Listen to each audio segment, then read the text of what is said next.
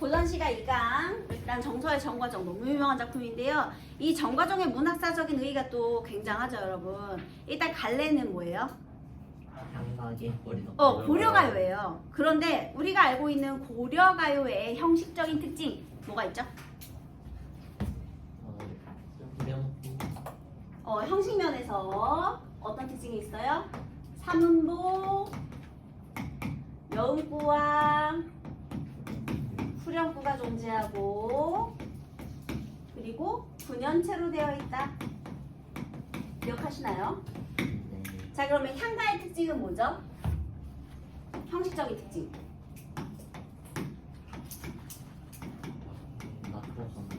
낙고 3단 구성과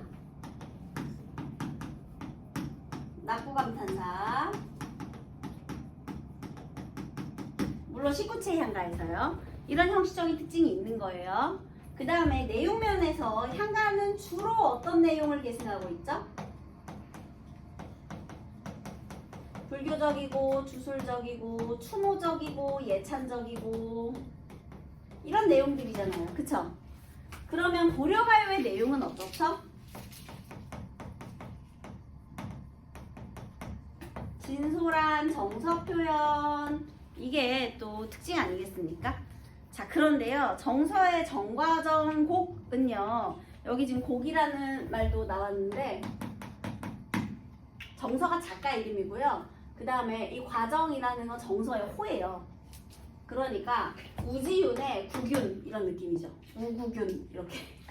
네? 그래서 최민식의 최수최 이런 느낌으로. 그러면 자기 이름을 당당하게 밝히고 있다는 건 나는 당당하다를 드러내고 싶은 거야. 자, 이거 내용 혹시 배경설화 다 아시죠? 어떤 배경설화를 가지고 있죠? 그것은 아니고요. 자, 고려시대에 정서라는 사람이 억울한 누명을 쓰고 유배를 가게 됐어요. 유배문학의 효시예요, 여러분. 특히 유배문학 중에서도 충신연주지사의 효시예요. 충신연주지사는 또 뭐죠? 군신의 관계를 남녀 관계로 바꾼 거죠. 그러니까 충신이 자기를 님과 이별한 여인네로 빗댄 거잖아요. 그치? 자, 그럼 잘 보세요. 이 유배가 유배 생활을 가기 전에 그때 왕이 고려의 의종이에요. 그런데 억울하다. 선생님이 아니죠. 임금님 저는 억울하옵니다 했더니 의종이 그랬대. 나도 안다. 너가 억울하다는 거 아는데 지금 좀 이렇게 좀 상황이 좋지 않으니 일단 가 있으면 내가 금방 다시 불러주겠다 했대요. 그래서 그 말을 읽고 내려갔는데 연락이 없는 거야. 그래서 이 시를 써가지고 보낸 거야, 왕한테.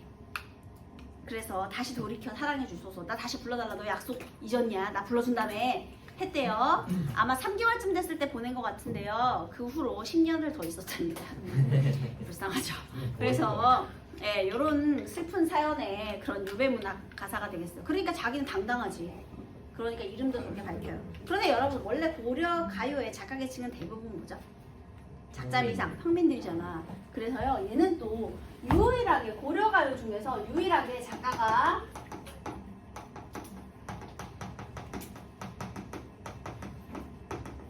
알려진 고려가요예요.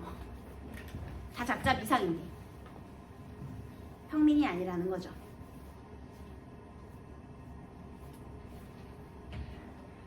자, 그런데 지금 선생님이 지금 향각의 고려가요를 설명하기 위해서 이런 걸 썼는데요. 여기 잘 보세요.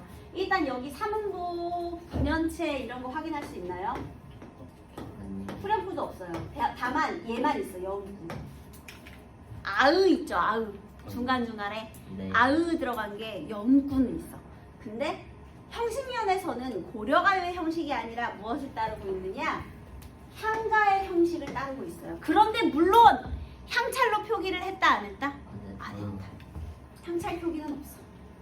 그래서 여기에 또 우리 향찰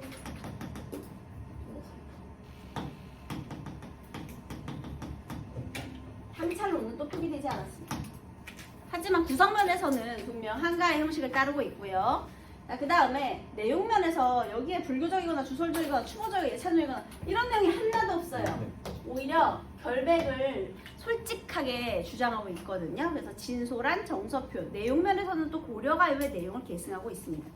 그래서 얘가 굉장히 복잡하죠. 한가의 형식을 계승한 고려가요. 그래서 얘를 조금 더 간단하게 말하면요. 고려에 와서도 이 한가의 형식은 유지되고 있었다. 그래서 과도기적인, 고려가요의 과도기적인 형식으로도 볼 수 있다. 이렇게도 볼 수 있습니다.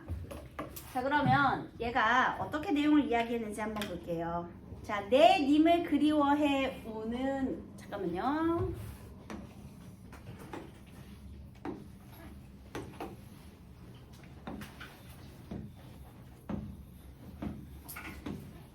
이건 총 11줄로 되어 있거든요. 근데 여기 잘 볼게요. 내 님을 그리워하며 울고 지내니 산에 있는 접동새와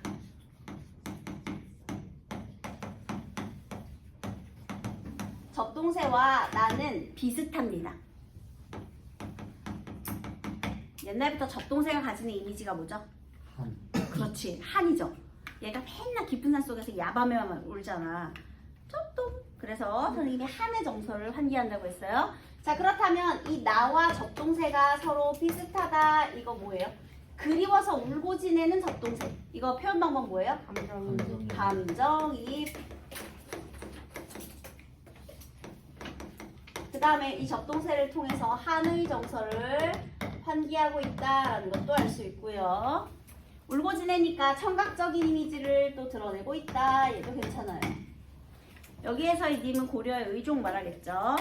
자, 그러면 여러분 지금 이 부분에서는요. 자연물에 화자의 처지를 빗대어 드러내고 있죠. 그런데 이 부분, 화자의 처지를 드러내는 부분은 직접 드러냈니? 우의적으로 드러냈니? 우의적. 그렇지.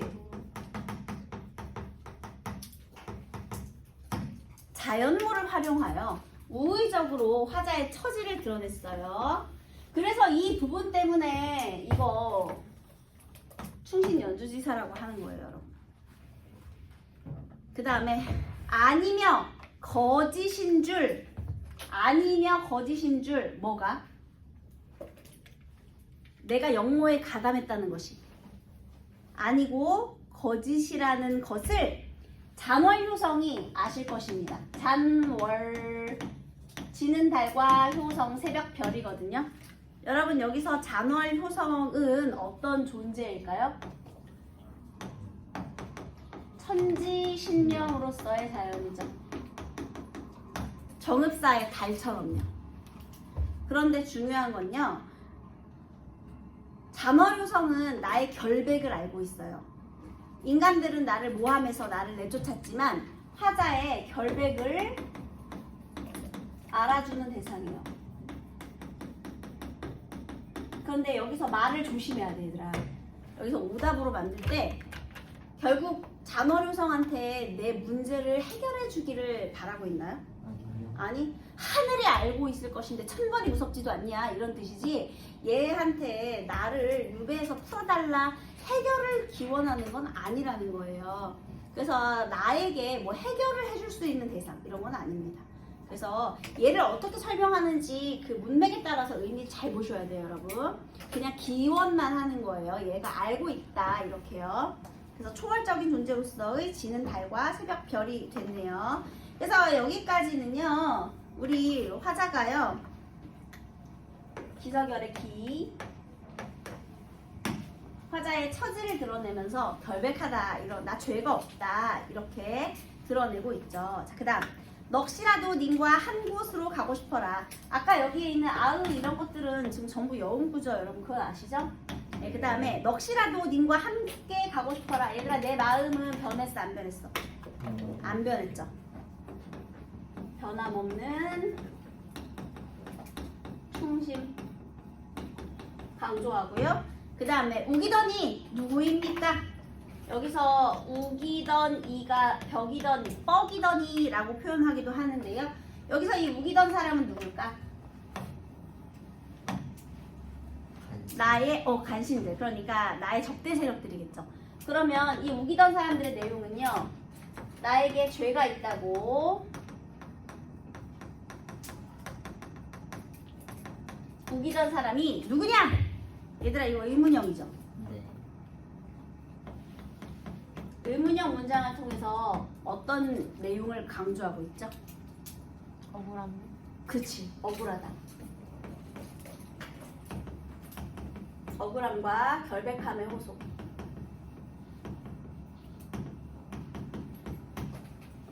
삼자대면 하자 이렇게 되는 거죠. 그 다음에 과도 허물도 천만 없소이다. 나 잘못이 있어 없어? 없어. 얘들아 여기서 좀 중요한 부분이 바로 이거예요. 화자의 처지는 어떻게 드러냈지? 무의적으로. 그런데 여기 보세요. 여기에 결백을 호소하는 부분은 우의적이에요? 아니면 직접적이에요? 직설적으로.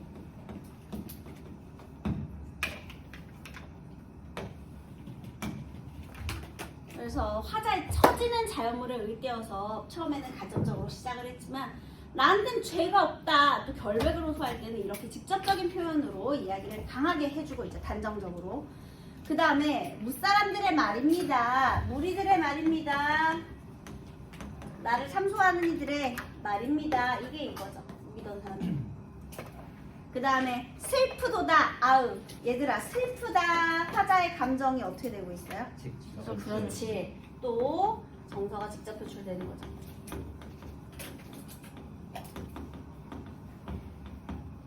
그래서 지금 여기는 슬프다. 됐고요. 님이여 나를 벌써 잊으셨습니까? 자 여기에 드러난 정서까지 볼게요.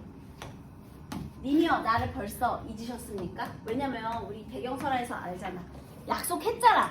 금방 다시 불러주기로. 나 결백 믿는다며 얘기를 했죠. 자 그래서 님이여 나를 벌써 잊으셨습니까? 여기도 또 의문형 문장이 등장하거든요. 그런데 이번에는 뭘 드러내는 거야? 님에 대한 원망 괜찮아요. 서운함.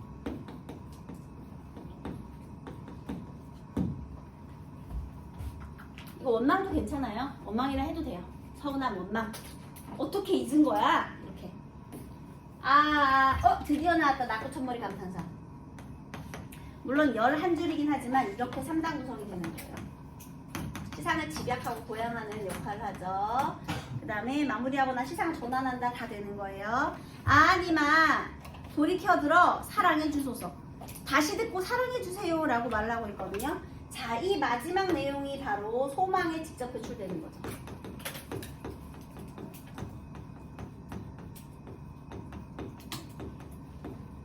그러니까 봐라.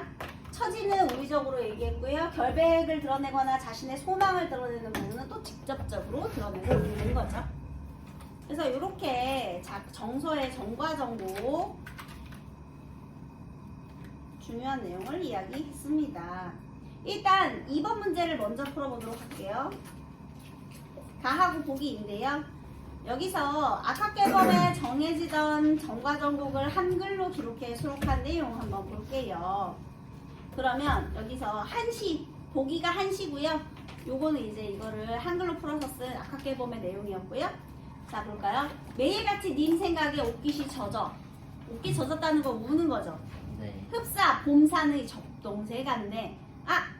자 우리 일단 선택지 1번. 가와 달리 보기에는 계절감을 명시적으로 드러내는 표현이 사용된다. 뭐가 드러나죠? 동산. 그래 봄이 있죠. 이게 명시적이죠. 이게 맞는 소리네요. 그 다음에 보기 2와 달리 가에서는 화자의 바람이 직접 표현된다.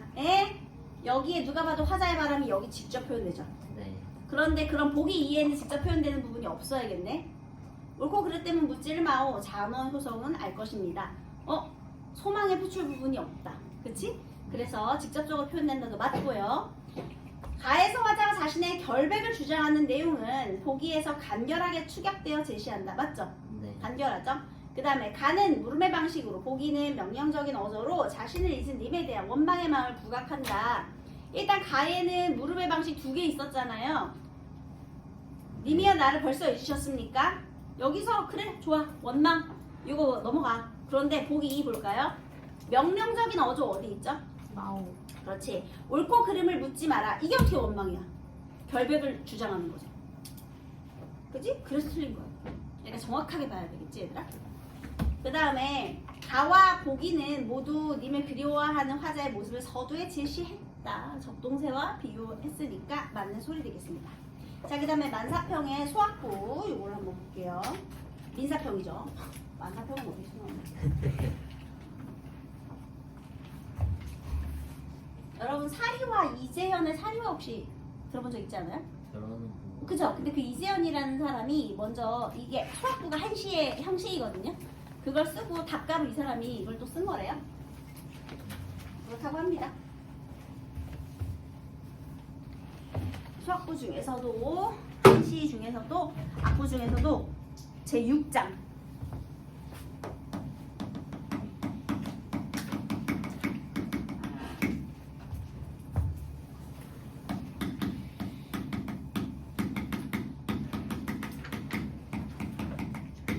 되겠네요. 일단 얘는 갈래가 한시 중에서도 악부예요. 해당이 되고요. 얘는 좀 어떤 내용인지 한번 보도록 할게요. 거미야 부탁하고 부탁하노니 여러분 지금 시적 화자가 청자를 누구로 설정하고 있죠? 거미. 자, 화자가요. 화자인데 화자가 여자예요.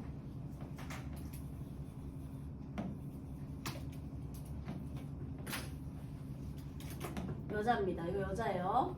그런데 얘가 화자가 거미에게 부탁을 합니다.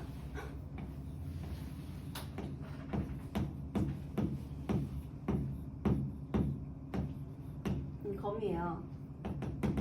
그런데 거미에게 부탁해. 앞길에 거미줄을 쳐두었다가 거미줄을 쳐두었다가요. 나를 등지고 날아가는 꽃 위에 첫 나비. 이게 나죠. 근데 꽃 위에 나비가 있네.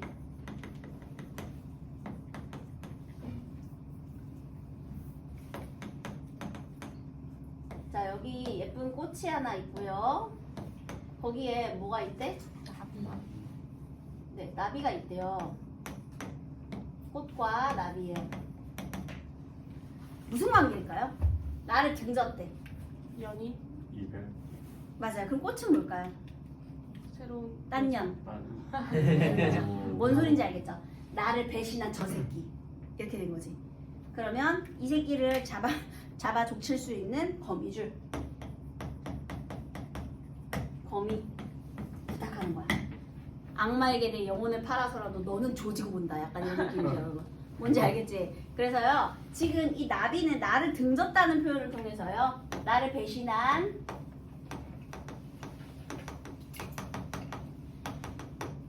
님이라고 생각해 볼 수 있겠고요. 버림받은 거예요. 그 다음에 이 꽃은 결국 바람난 다른 여인이 되겠습니다. 그래서 이 나비가 날아가다가 거미줄에 걸려가지고요. 거미줄에 걸리게 해 제 허물을 뉘우치게 해다오. 자, 그러면 내가 궁극적으로 바라는 것은 뭐예요? 이 나비가 자신의 잘못을 뉘우쳤으면 좋겠다. 이게 이제 부탁의 이유가 되는 거죠. 자, 그러면요 여러분, 여기에서요 내가 님에 대한 원망을 하고 있는 건 맞는 것 같은데 이걸 직접적으로 표출했나요? 아니요. 그래서 얘는요 님에 대한 원망의 정서를 님이 자신의 잘못을 뉘우치길 바라는 마음이거든요. 그러니까 주제가 님에 대한 원망이야. 근데 이것을 어떻게 드러내고 있다? 자연물에 빗대어 우의적으로 거미에게 부탁을 하면서 우의적으로 드러내고 있다. 이게 특징이죠. 거미부터 부탁을 들어주는 존재. 부탁 들어준 건 아니지만 내가 부탁하는 존재죠. 1번 가와 나에 대한 설명으로 가장 적절한 것은 가는 공간의 이동에 따라 공간을 이동하지 않았어요. 나는 시어의 대비를 통해 이별의 상황에 대한 인식의 전환 없죠. 인식의 전환이 없어요. 그 다음에 가는 다른 사람들의 말을 인용하여 나는 문답의 형식을 사용하여 자신의 삶에 대한 비관적인 전망. 여기서요 문답의 형식도 없고요. 나에서. 그쵸? 그 다음에 뭐 비관적인 앞으로 내가 어떻게 될 것이다. 비관적인 전망도 없고요. 그냥 다 틀렸어요. 가난 모두 반어적인 표현 없어요. 그 다음 모두 말 건네는 형식 맞죠? 네. 우기던이 누구였습니다. 난 없습니다. 다시 니마 다시 사랑해주세요. 말 건네는 형식 맞죠?